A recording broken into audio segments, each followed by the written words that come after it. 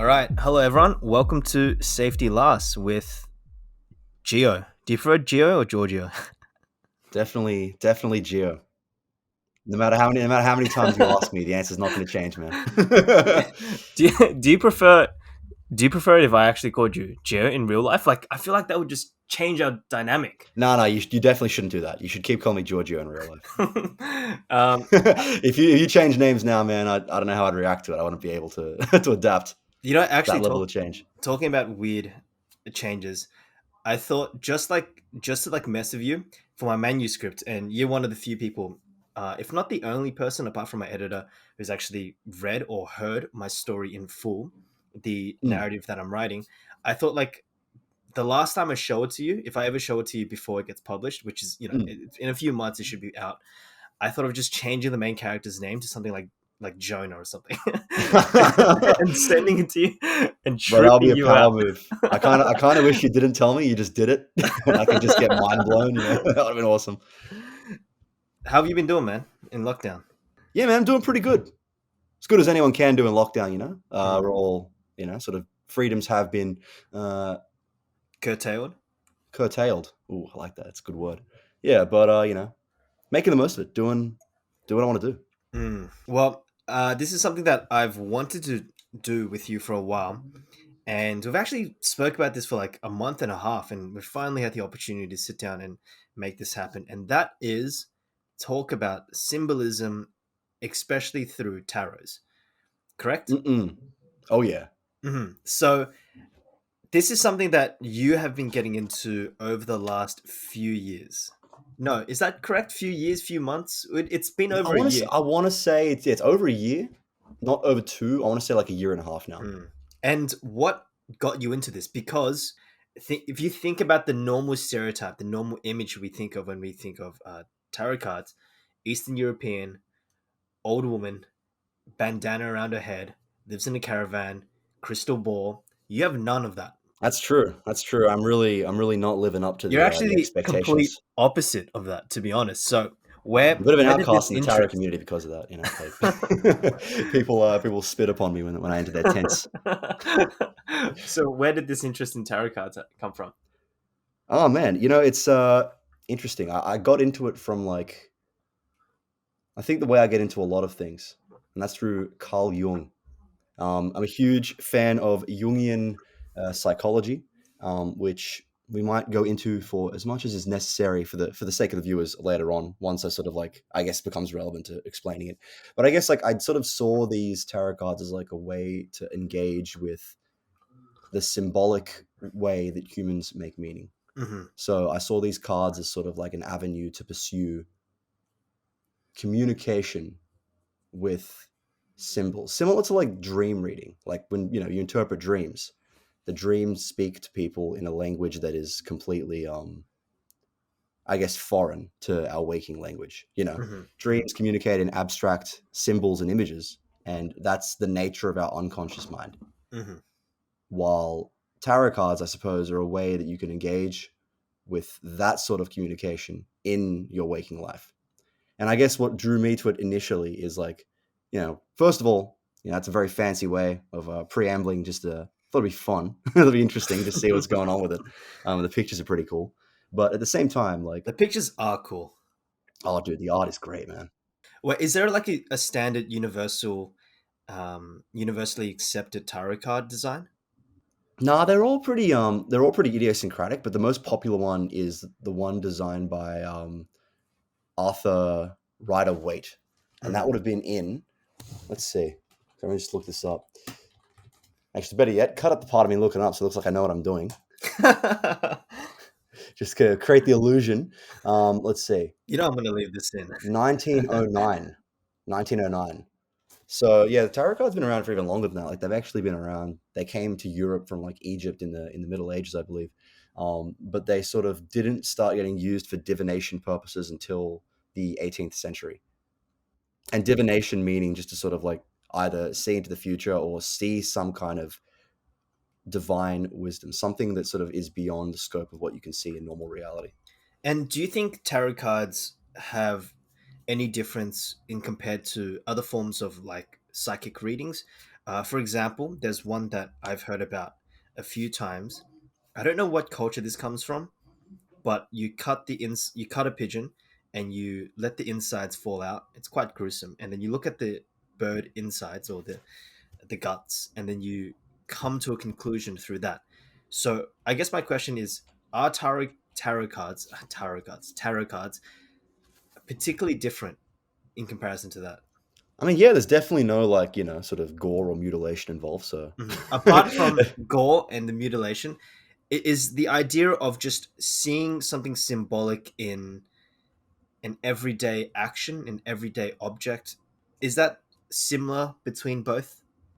I mean, yeah, look, I think there's like a million different ways you can do, I guess, oracle practice or divinatory practice.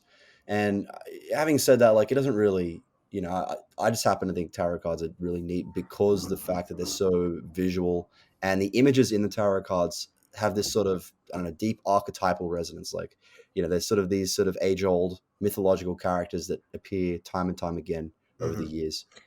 You mean things like, for example, the knight represents courage, or the wizard represents wisdom, or like a burning tower represents danger or opportunity. That's what you mean by archetypes, right?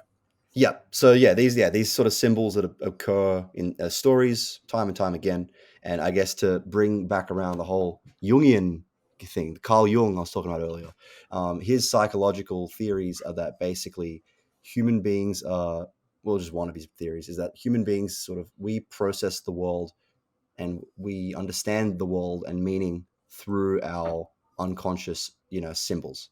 Meaning that I guess think about the popularity of things like Netflix, why people are watching TV, movies, playing games, or just engaging with storytelling in one way or the other all the time. Because we tell ourselves stories. We understand the world through stories as a way of understanding our own lives. Like Hmm. we sort of create the story of our own lives. You ask someone to describe what their life is, and they have to tell a story by definition. We process memories as stories. I think stories are sort of like fundamental to the grammar of how we conceptualize ourselves in reality. I completely agree with that, and that's actually one of my history activities I do. I get people to recount a certain morning. So if it's like period one, I say, okay, recount everything you did before you came to this lesson. And then inevitably, so I give them a timeline and they fill it in, and then inevitably they leave things out. And then my next question is, so why did you leave those things out? And then we come to the conclusion, we always come to the conclusion as a class that it's because the person has deemed certain things important. For example, I ate hash browns in the morning. That's important to me. And they left out how many times they flossed their teeth or something. So they leave in what's important and they exclude what is not important. And that itself is subjective, meaning you have turned history or the passing of events into a story. Mm. So I think even history is a story, right? What do you put in the history? What do you leave out of the history? So I completely agree with what you're saying, the importance of story and narratives in shaping society in our lives. Oh man, totally. And that's actually like a great, yeah, that aspect that you sort of touched on there, that we have to include and exclude details is really interesting, because let's say you do see something like a burning tower, which is one of the tarot cards, right? The tower is like a tower that's been struck by lightning, and there's people falling out of it, and the tower's on fire, and it's in an unstable state, about to collapse. You look at that tower for long enough, and you're trying to make up a story about your life where you see the tower, you'll come up with something.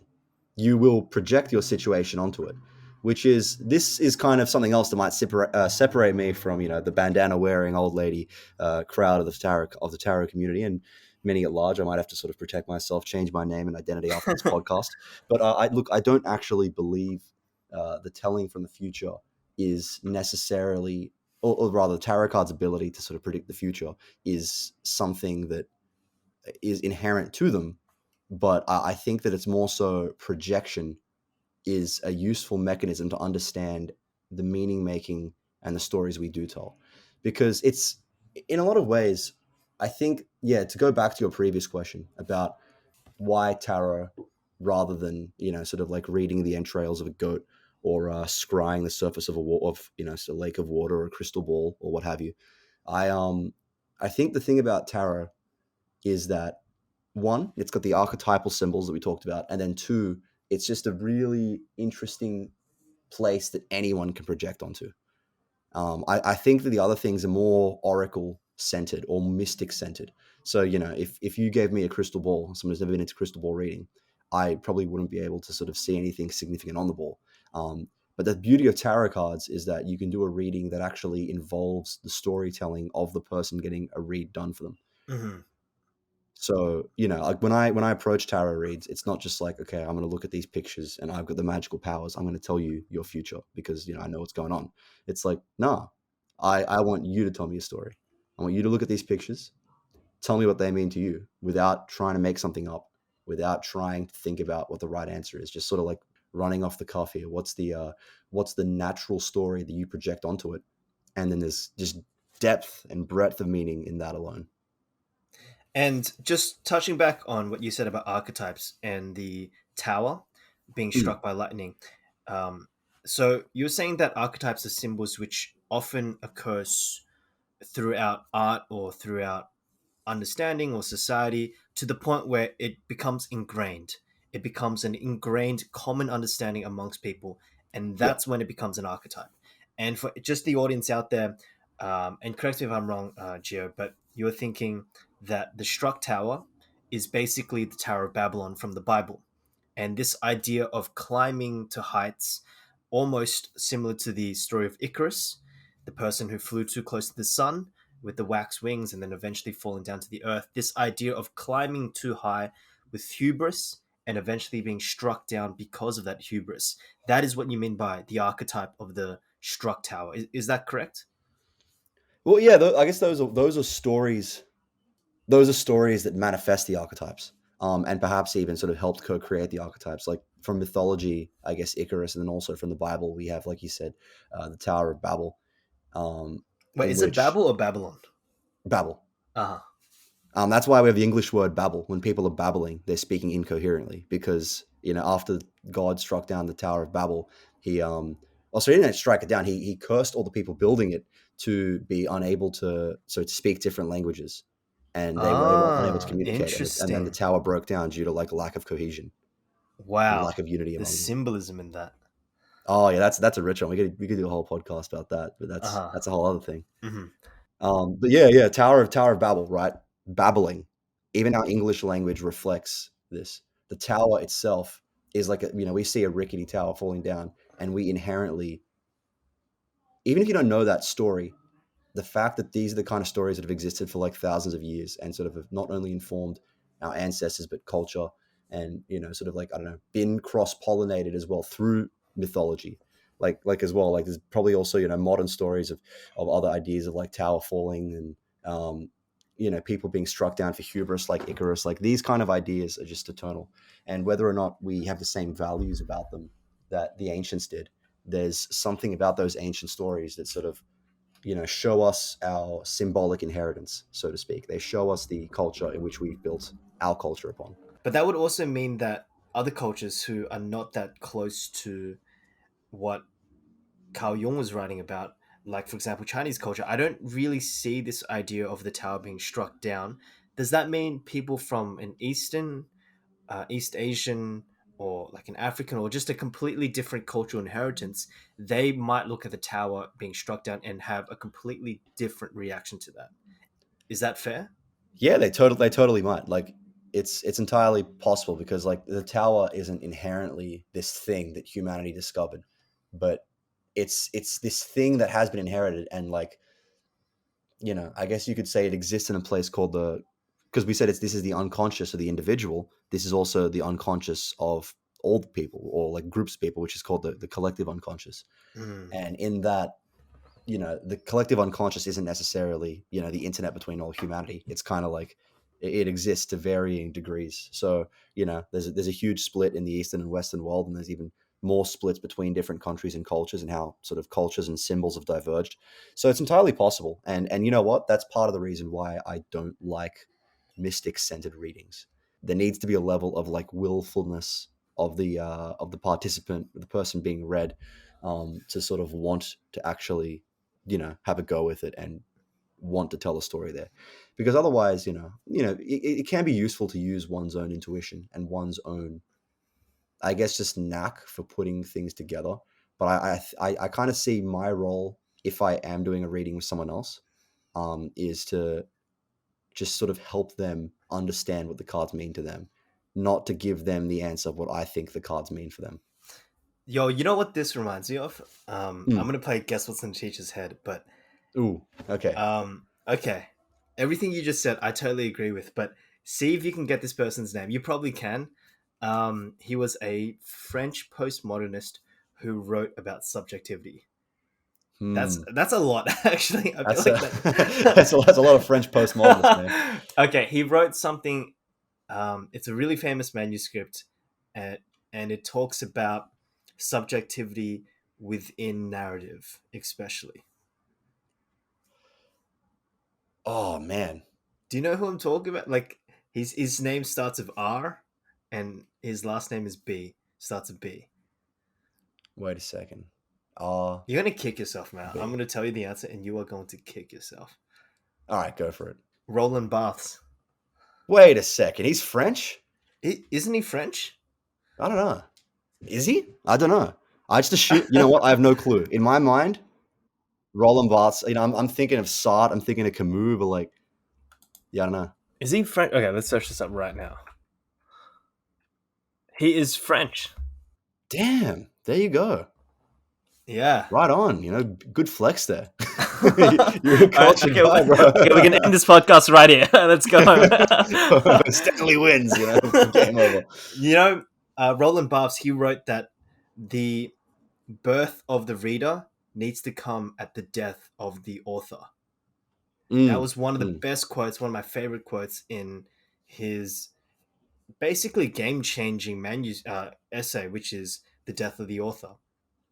And everything you said about the subjectivity and that there is no objective, that all seems to tie in with Roland Barthes' ideas. Yeah, it's interesting. Like, I think that it's funny that you've chosen a literary critic, because like I actually think about it quite literarily.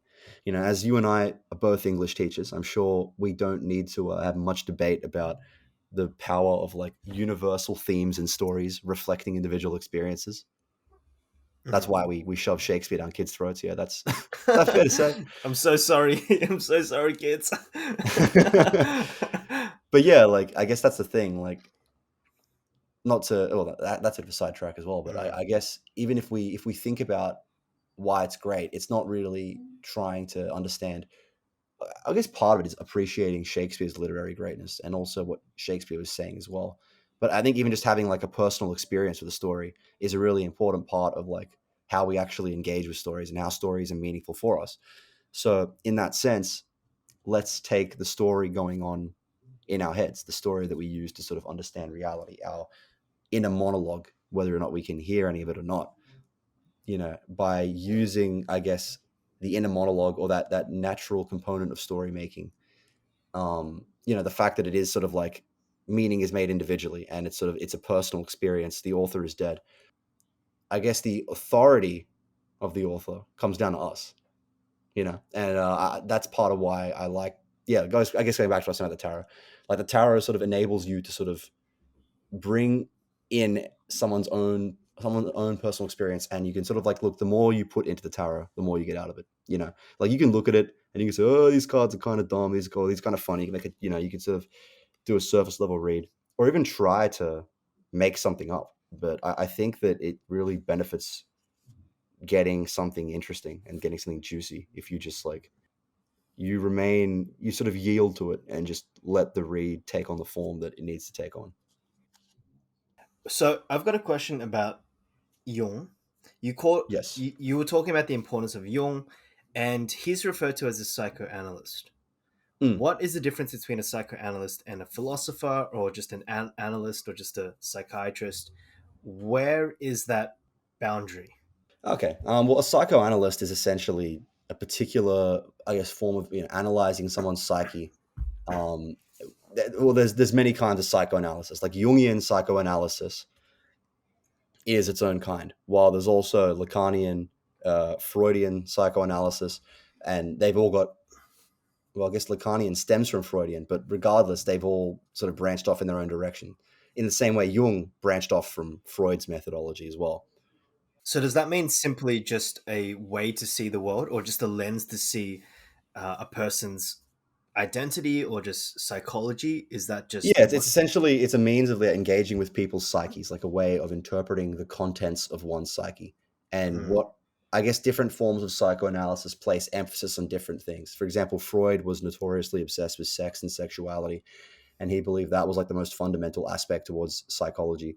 While for Jung, there's more of this sense of like individuation or the self, of one becoming oneself, and sort of like the stories that exist in that sense, or this symbolic world. Sorry, that was on that before. But even then, when it comes to tarot, I wouldn't even like impose a Jungian methodology on a person.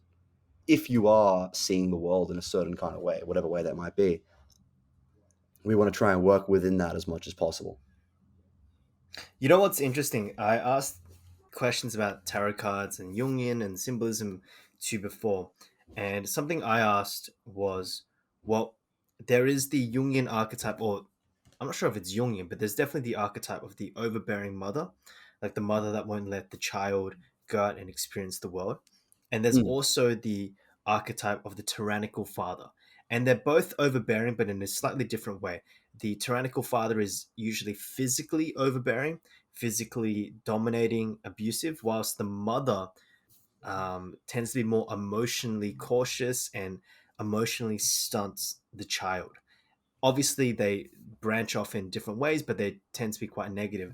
And I was just asking you, really out of curiosity, and I said, well, is there a, like almost a sexist element to this? So like, the fact that the father is represented in a certain way and the mother is represented in a certain way. And I thought the response you gave me was quite accurate. And I'm just going to throw this out there and tell me if I've misquoted you or I haven't misquoted you. But you said something along the lines, well, purely these archetypes, they very well might be, or they very well might not be, except they still are archetypes in our society's heads. So whether it is sexist or it's not, the fact that this archetype or this image of femininity or masculinity exists means that it actually does affect our art, and it does affect our understanding of the world and our understanding of our parents and ourselves. And thus, even if it is sexist, it still is worth exploring. Yeah, yeah, I definitely still agree with that. And in the sense of like, look, this is something that transcends politics.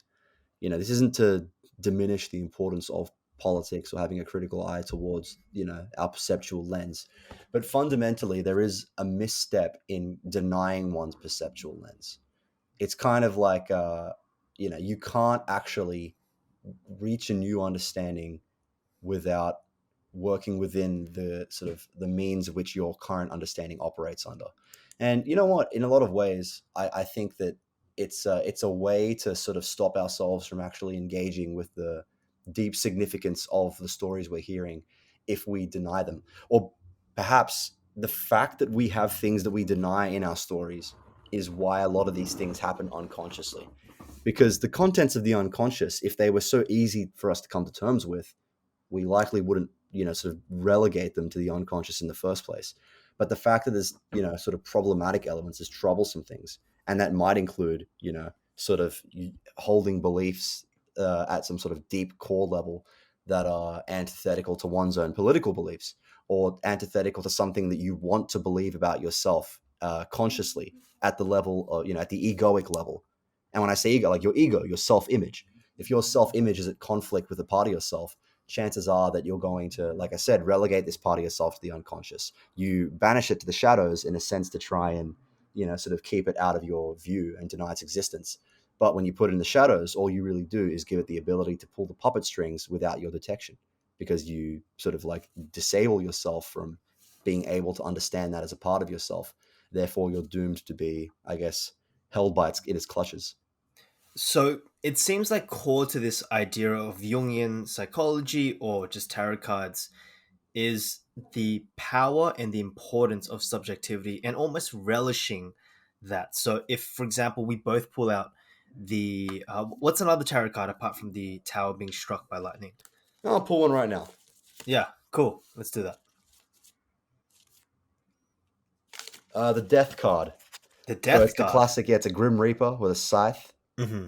and he's severing this chain. Well, I'm looking at the Thoth deck, designed by Aleister Crowley and painted by Lady Frida Harris. So some decks might portray differently, but I'm pretty much every deck would feature death as a card, number 13 of the major arcana, which means just like it doesn't is not associated with any suit. Um, death is a great one because that's a very universal symbol of the human experience. And Hmm. I guess in the same, well, to use the example you gave earlier, think of something like the tower that you said, the tower that sort of comes from Western mythology may not have the same connotations to a Asian or to an African person, based on their sort of cultural or their symbolic inheritance. But death is such a universal aspect of the human existence and the human experience that every culture is going to have some kind of mythos and storytelling around death in some way or another. We need to have stories involving death because we need to understand this thing that we're all gonna deal with in life, right? So what becomes interesting though is that death becomes symbolic. So, we see death and it's like, oh, it means that's I'm gonna die. Or someone I care about is gonna die. Or maybe if you're a spiteful and wishful thinking person, your enemies are gonna die. But like death doesn't have to represent a literal human death or the ending of a life, but simply the death of something going away. Maybe even a story that you tell yourself dies, or a sort of a coping mechanism, or a way of understanding reality dies. But that's a necessary thing to make way for new life. Like core to the human experience and core to human text, death is so prevalent. And I'm really just thinking about this as I'm listening to you speak. It is so prevalent to our stories. It is almost so prevalent that you cannot have a story without some kind of death. And as you said, it's not just a physical death, whether it's Hamlet, whether it's Star Wars, with Anakin fearing the death of Padme or whoever, or whether it's Legend of the Galactic Heroes or Cowboy Bebop, or it's video games, or it's Call of Duty. Like death is so prevalent to all these stories. And I think fundamentally what that means is as humans, we are constantly trying to grapple with these stories and these ideas of death because it is to many people, and I'd include myself in this, it's very frightening. And we need to use stories as a way to understand it. And I think you're right. In the West, it's portrayed as the Grim Reaper. In Hindu mythology, it might be, I think it's Shiva. I'm pretty sure it's Shiva. No, it's either Shiva or Vishnu. I need to brush up on my. Pretty much Shiva with the dance destruction, right? Yeah, okay, so it's Shiva, and then in other religions, it's something else or Making another space for faith. new life as well. Yeah, exactly. So that's really interesting, and honestly, I think every story really involves death. And this is something I want to throw out to you. That would also mean your idea of subjectivity, which, by the way, I do agree with. The idea of subjectivity, what you pull out in the card, for example, the Grim Reaper, or death, really. I might interpret that as, the death of my career, or the death of my basketball skills, or the death of my car, or the death of my best friend, or something like that. So it's completely subjective in how I interpret it. But that would also mean you open up the world to things like, I look at a rock that is bent out of shape and I might immediately grab some meaning from that. And I think we do agree in the sense that a lot of meaning or all meaning is subjective, but that basically opens up the space for like my book is slightly bent and thus I will have a horrible year. Or my pencil is not sharp enough and thus my exam will flunk. Ah, yeah, yeah, I get you. I get you. I'm glad you bring this up. Like, yeah, let's say that. Yeah, my pencil is my symbol of my studious, capabilities, of my intelligence, of my scholarly prowess, and Mhm. my pencil just broke. This is a bad omen. I'm gonna, it's a self defeating prophecy. Um, I think what's interesting about those kind of ways of thinking, and I guess, is that they definitely embrace one's own subjectivity, but they're not critical towards it because I guess what I'm advocating doing is turning your eyes inwards, so to speak, and gazing upon and observing the mechanics, not with a cool detachment, with a, you're feeling it, but you're not giving way to it. You're not just sort of unconsciously, you're observing these internal stories, and you're seeing how they happen in real time. You're feeling them, and you're experiencing what they feel like. You're not necessarily, if anything, like I would say the person who, is extremely sort of, I don't know, like a hypochondriac, superstitious person, they're not really critical of their stories. I'm not, while I give a lot of weight to them and their validity in terms of subjective meaning making, I don't think that subjective meaning is the be all and end all. Because fundamentally, I mean, outside of the scope of the importance of subjective meaning, we do aim to go beyond ourselves and to change our subjective meaning. We're sort of like creatures that constantly reach the unknown to turn it into the known and find, sort of like, I guess, uncover the new, So I think that, like, fundamentally, our subjective meaning making has a useful extent to which we can adhere to it and to which we can communicate with it, and we should respect it. But at the same time, we that doesn't mean I would advocate, I guess, just mindlessly, freaking out every impulse that comes from it if you are sort of prone to that kind of thinking. Well, what's the difference between someone seeing their pencil break mid test and also you pulling out a tarot card of a knight pouring water into a cup, which I'm pretty sure is, or it might be a page pouring water into a cup, which I'm pretty sure is a tarot card. What's the difference? Because aren't they both symbols of what might come or one's situation in the world? Yeah, well, I would say they're both symbols of how one sees the world. Yeah, I don't think it's anything more or less than that. And I think in saying that, just because you see something doesn't mean it's the case. Doesn't mean it's the case in material reality, but it does mean it's the case at the unconscious reality. And to have your awareness turn towards something in unconscious reality, that becomes an object which you can meditate upon and you can self-examine. So like if you're the person, if you're really, if you're really, I don't know, taking a tarot mindset to the pencil breaks, and you're like, oh wow, this is like a tarot reading. This symbolizes this and this. And then you're thinking, okay, well, this is what I think is happening. This is the unconscious meta narrative that I'm, unwittingly placing upon this. But all you're doing is bringing that into your awareness. Doesn't mean that you have to accept it as a fact. I don't think that tarot cards are giving you your sort of destiny in, cardboard, stone tablets, so to speak. They're just kind of like telling you what you think is going to happen. And in a lot of ways, I think the second a tarot read is over, you can actually put it to bed. Like the tarot read showed you what it showed you in that moment. So while I think it's really useful at understanding the self, I don't think that it means that it's got an objective, lens into the future. And I don't think we should, when I say to have respect for the unconscious mind, that doesn't mean that you let it walk all over you. Like there's got to be a mutual respect. You have to face it, rather than try to push your unconscious down. Doesn't mean you have to elevate it above you. I think you have to try and see it with it at eye level and engage with it in a discussion and communication that's more akin to like a round table. So this really reminds me of something that Christians used to do. I'm pretty sure Thomas Aquinas did this, where he would get the Bible and he would flip it open and he'll go to a random page and he'd point his finger at a random spot on the Bible and then he'd look at the word, and from that he would get some sort of meaning. So he'd open the Bible, flip to a page, point to a spot, and go, okay, it points on hope, or it points on destruction, or love, or joy. And then from that, he would get some sort of meaning. And that, in a way, is tarot, isn't it? Like, it's opening yourself up to chance and then bringing out of that chance some sort of symbol or some sort of truth. Oh yeah, well that's divination. I mean that's what they have in common. I guess the biggest difference, at least in what I'm describing, because obviously you can approach tarot in many different ways, and I don't necessarily know if my method is really that popular, but I do think that they're the same in that they're both ways of engaging with the symbolic world, and that's the divination. But then it's like what you ascribe the symbolic world to.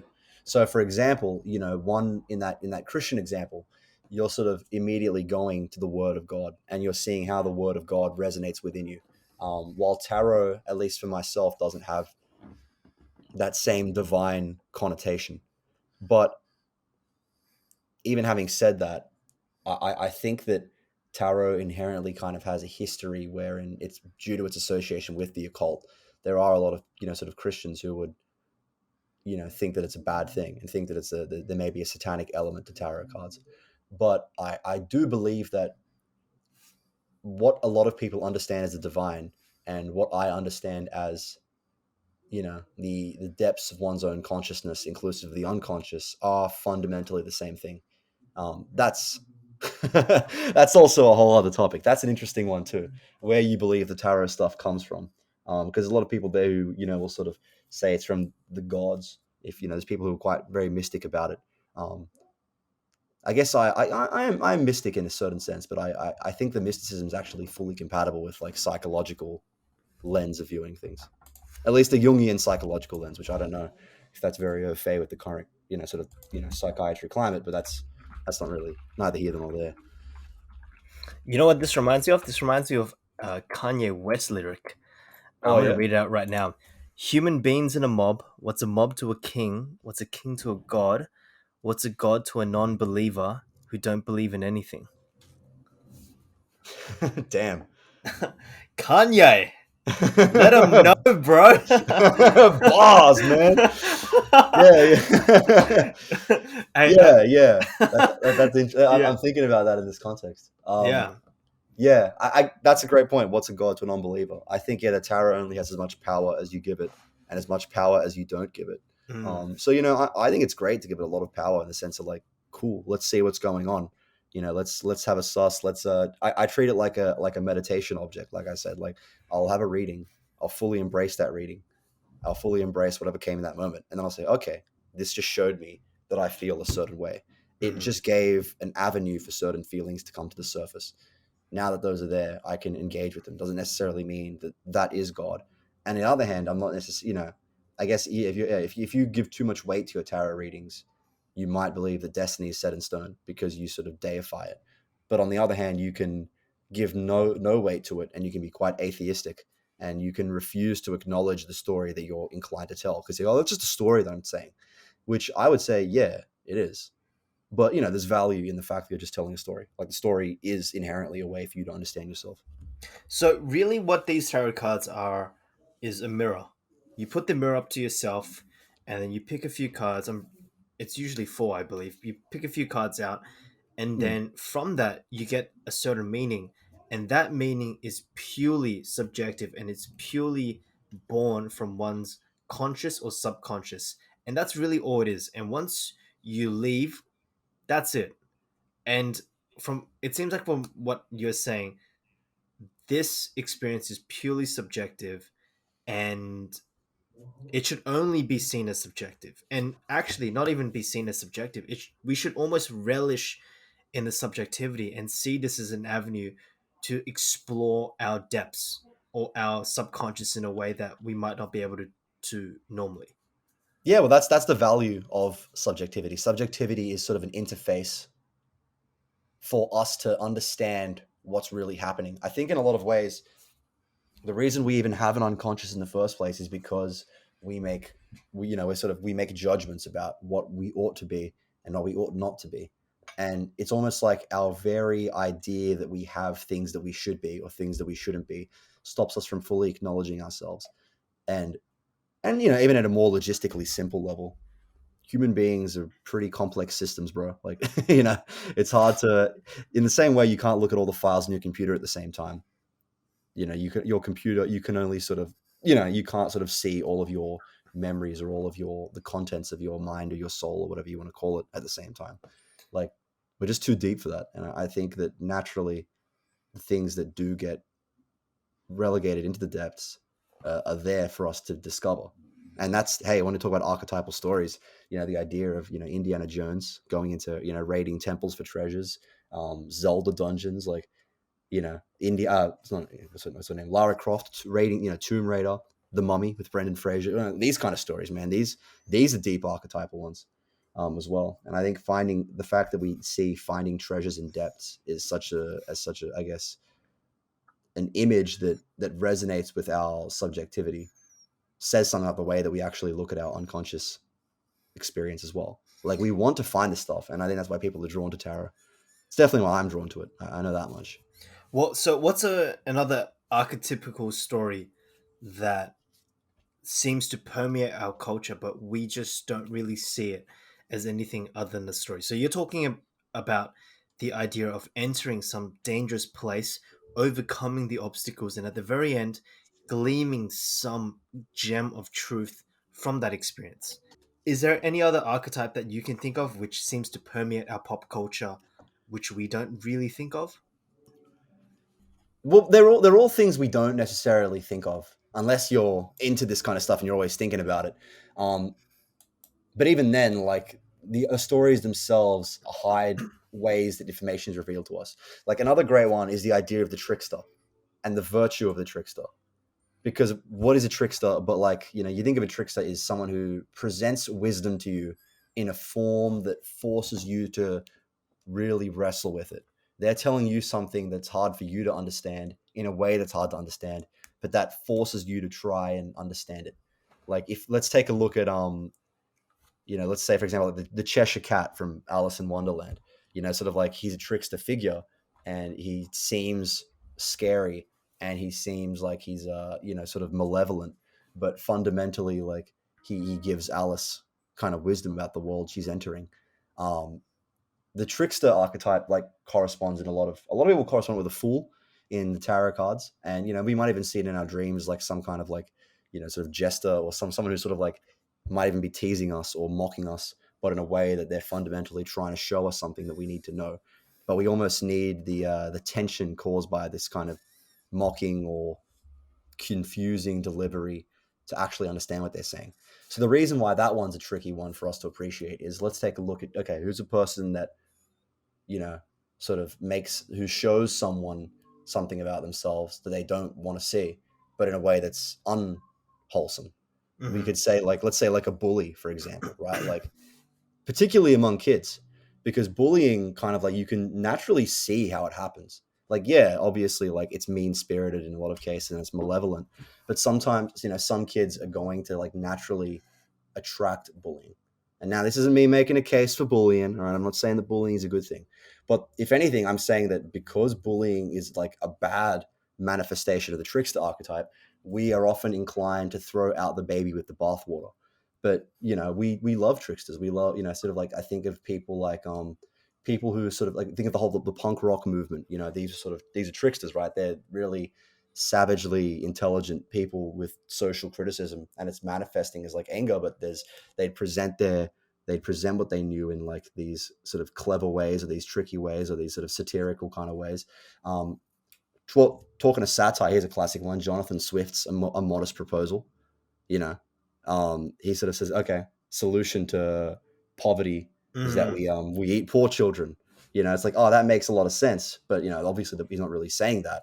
Like, it makes sense at a certain level, we intuitively know it's wrong. Like, that's the virtue of a trickster, and it often manifests in art, and we often see it in our own psyches.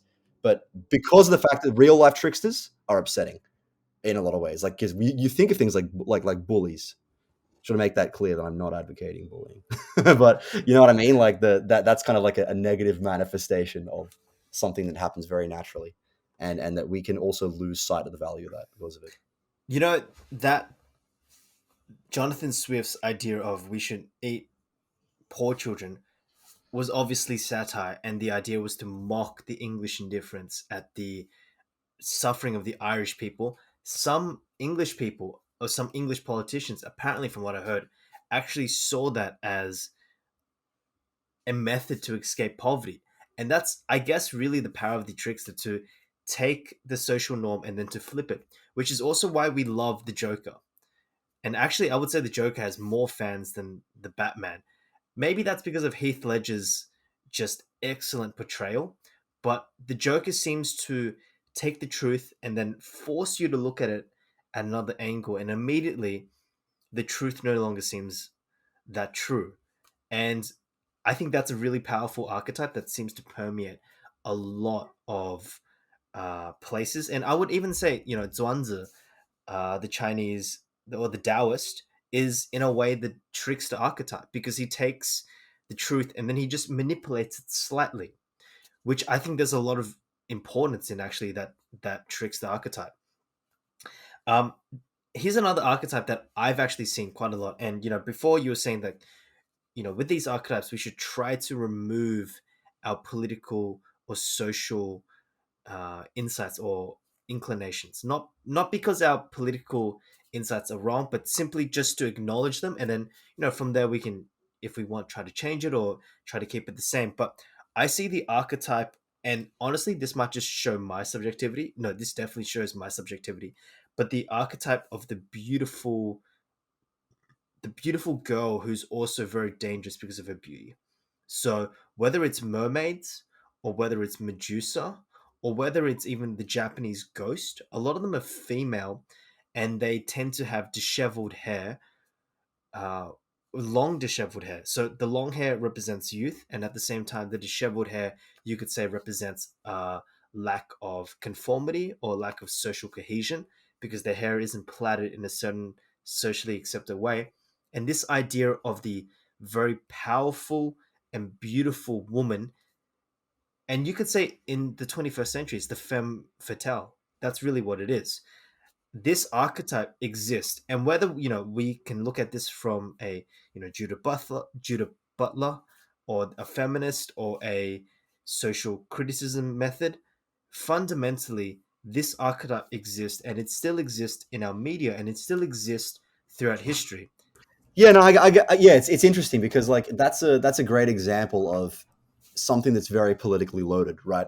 Like we see the modern femme fatale archetype, like you're saying, as something that is, it does have like a political kind of connotation to it, in how it's presented, or how these how we're representing women. What social judgments are we placing upon the idea of a powerful lady?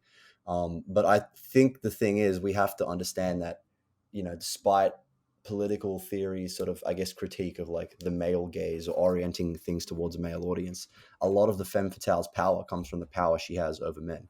She does have this kind of seductive aspect to her that sort of circumvents, male rationality. And I think, that's an uncomfortable fact if you want to make a political statement one way or the other. Personally, I'm just interested in what I think is true. So I don't really care about the implications beyond that. But I do think that from that perspective, that, or at least no, the importance of understanding the political factor that comes into things is that they can actually stop us from interpreting what the symbols mean to us at a more like fundamental level. If we're concerned with things for their social utility or social function, because fundamentally this is like a psychological function that, I don't know, supersedes, and I would say even in a lot of ways outranks our kind of conscious judgments. So do you think the tarot cards need to be updated with our ever-changing world? Do you think there needs to be a tarot card with a laptop, or a tarot card with a mobile phone, or a tarot card with Twitter or TikTok? Do you think these archetypes need to evolve? Because if they are supposed to be representative of our era and representative of our collective consciousness, well, I think there is space for the idea of the internet, or the idea of Twitter or TikTok and stuff like that. So, do you think in 100 years, or in 10 years, or in 5 years, we will release a new set of tarot cards which slowly become more and more accepted with, for example, the internet streamer as an archetype, or the what's another internet archetype? The internet celebrity. Hmm. It's a good question. I would say that in a lot of ways, our modern archetypes just age old mythology manifesting in a digital world. Like, we want to talk about the idea of the beautiful yet seductive, dangerous femme fatale. Um, she has quite a lot in common with like the modern, I don't know, you could say like the ego archetype. Like what's the difference between those two things? The idea of like this young beautiful woman with like a lot of like social influence and a lot of power on her sort of, over her audience, and a lot of sort of like, her male audience particularly. There is sort of like this femme fatale or this siren singing her sweet song connotation to that. And even to the female audience, even that sense of like seeing that as an empowering thing as a girl is like understanding the value that archetypes have in like a broader socio-sexual context.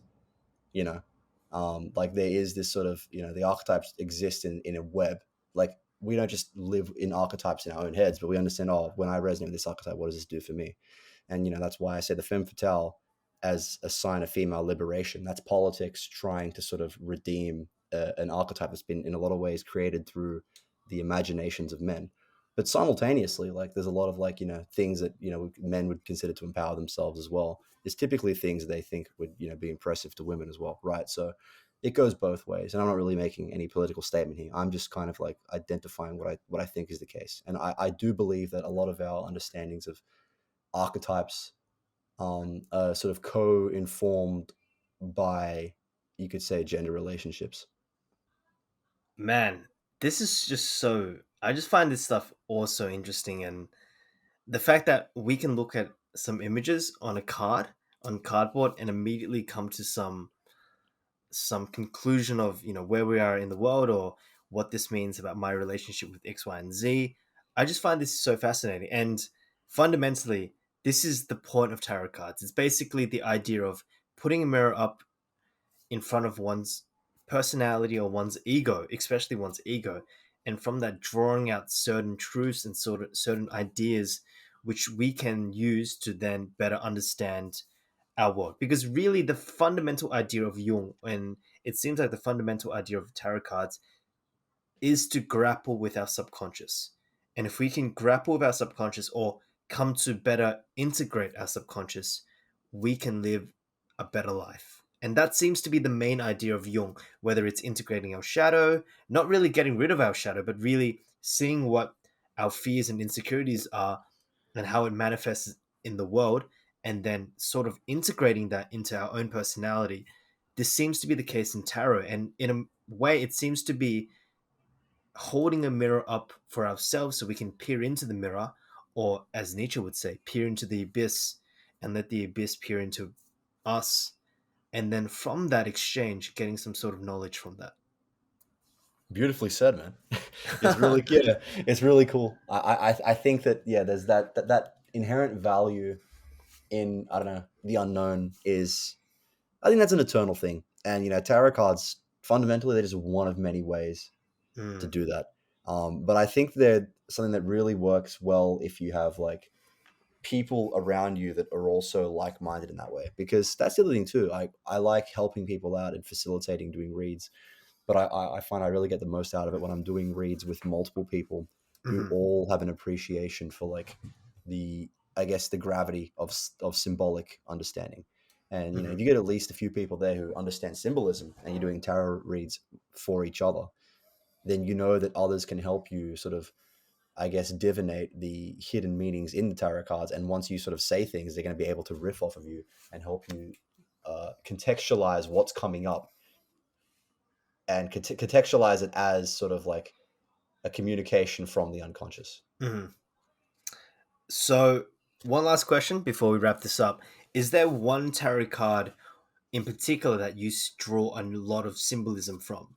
And obviously, that would reflect your subconscious, but is there one card in particular that stands out and that you really like? One, I've only done this a few times, and I think every time it was with you, but one that comes to mind is the wizard holding the staff. Ooh, the hermit. Yeah, he's good. I He's love good. that card. Or the Yeah, me the too. page pouring the water into the chalice. I think a lot of times these symbols stand out to me. So is there a symbol in particular that resonates with you? I think the tower has to be my favorite one. Across decks too. I always find the tower really fascinating. Um, it's something that seems to like apply to this, like I guess from the story of Babel, it's the hubris of like humanity. But at the same time, it seems to occur so frequently within each individual person as well. And I find that every time I see a tower card, there's always something that could be seen as a tower. Like we're always building structures, and then those structures are always collapsing and making way for new structures.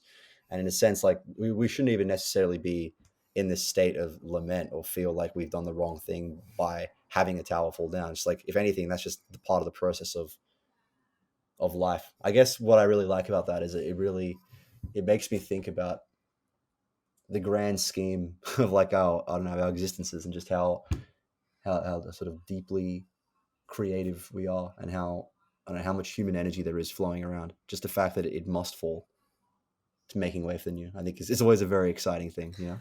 Absolutely. And if we look at the Bible story of the Tower of Babel, well, humanity continues and life continues despite the fact that this tower fell down, despite the fact that this tower represented insight and wisdom.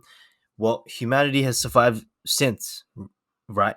So, whether or not the tower stands or falls, I think, humanity will continue. And I think I'll leave it on one last symbol, which I just love. And a lot of times in the West, we think about Greek mythology. And by the way, Greek mythology, it's just beautiful. There's so much symbolism, so much color in it. But Hindu mythology, man, that stuff just hits so hard. And I love Hindu mythology. And there's one story which in particular which I just love. And honestly, every time I come across it or I have the chance to tell this to people, I do. And really, my like 11 year 12 English classes have just become like philosophy classes. And one thing I love is the idea of Shiva. And we touched upon this previously, the idea of Shiva, dancing as the world burns. And then from this dance, it is almost a celebration of death, but also a celebration of the rebirth that follows afterwards. And just symbolically, and as an archetype, I just find this so mesmerizing, and just there's so much beauty and weight in it. So Right on, man. Yeah, I feel the same way, man. That's really cool. It resonates a lot with what I dig about the tower, you know. Mm, Yeah, totally feel you on that one. hell yeah, that's what we're talking about. All right, Gio, is there anything you want to plug before we call this? Because, by the way, huge fan of your music. I'm not even messing around when I say, like, I've told you this already on Zoom. During the 5 minutes before we start the lesson, I forced them to listen to your music. Bro, and you're a true G. You're a and true G. I just want to plug your hip hop album, which is coming out, Pyramid Mission. Correct if I'm wrong. And I mean, I've listened to it previously in my car, in this secluded area, just with the bass at a maximum 100%. And that stuff, oh my god. The last song in particular, Pyramid Mission, it's like being in a rave, and then it's like being in a Vipassana meditation, and then it's like coming out on the other side. So, yo, plug your stuff, let people know what you're doing, Bro, I and think share the good word. you've plugged it better than I can. But hey, man, yeah, look, it's the band. We're called Pyramid Mission, and the album's gonna be called Spit in the Eye. That album's coming out soon, so stay toasted for that. Stay toasted. What the hell? Stay posted for that. It'll really toast your bread. The first song's called Tower Down, in reference to the towers. That's why I'm writing songs about tarot cards. So that's always exciting. If you've made it an hour into this podcast, you probably would be a big fan. So check it out, bro. It's good. It's juicy. It's gonna be juicy. Hey, last question before we end this. Out of Yes. from 0 to 10, how much would your life suck if Jung never lived? Man, without Jung, bro, Carl Jung, I'd be nothing. Zero. It'd be a zero. Or 10 out of 10 suckage, 0 out of 10 life. All right, bro. We'll cap it there. Thank you for doing this. Oh. Thank you for enlightening me. Man, there's a lot of stuff I can grab from this. So thank you This so has been a much. juicy chat, man. Thanks for having me on. Hell yeah. Talk soon. Thank you for tuning into Safety Last with Stanley Ching. If you enjoyed this, then please leave a rating or a comment. I hope you're leaving with a new idea, and make sure to follow us on Instagram, Facebook, and other places that can be found in the description.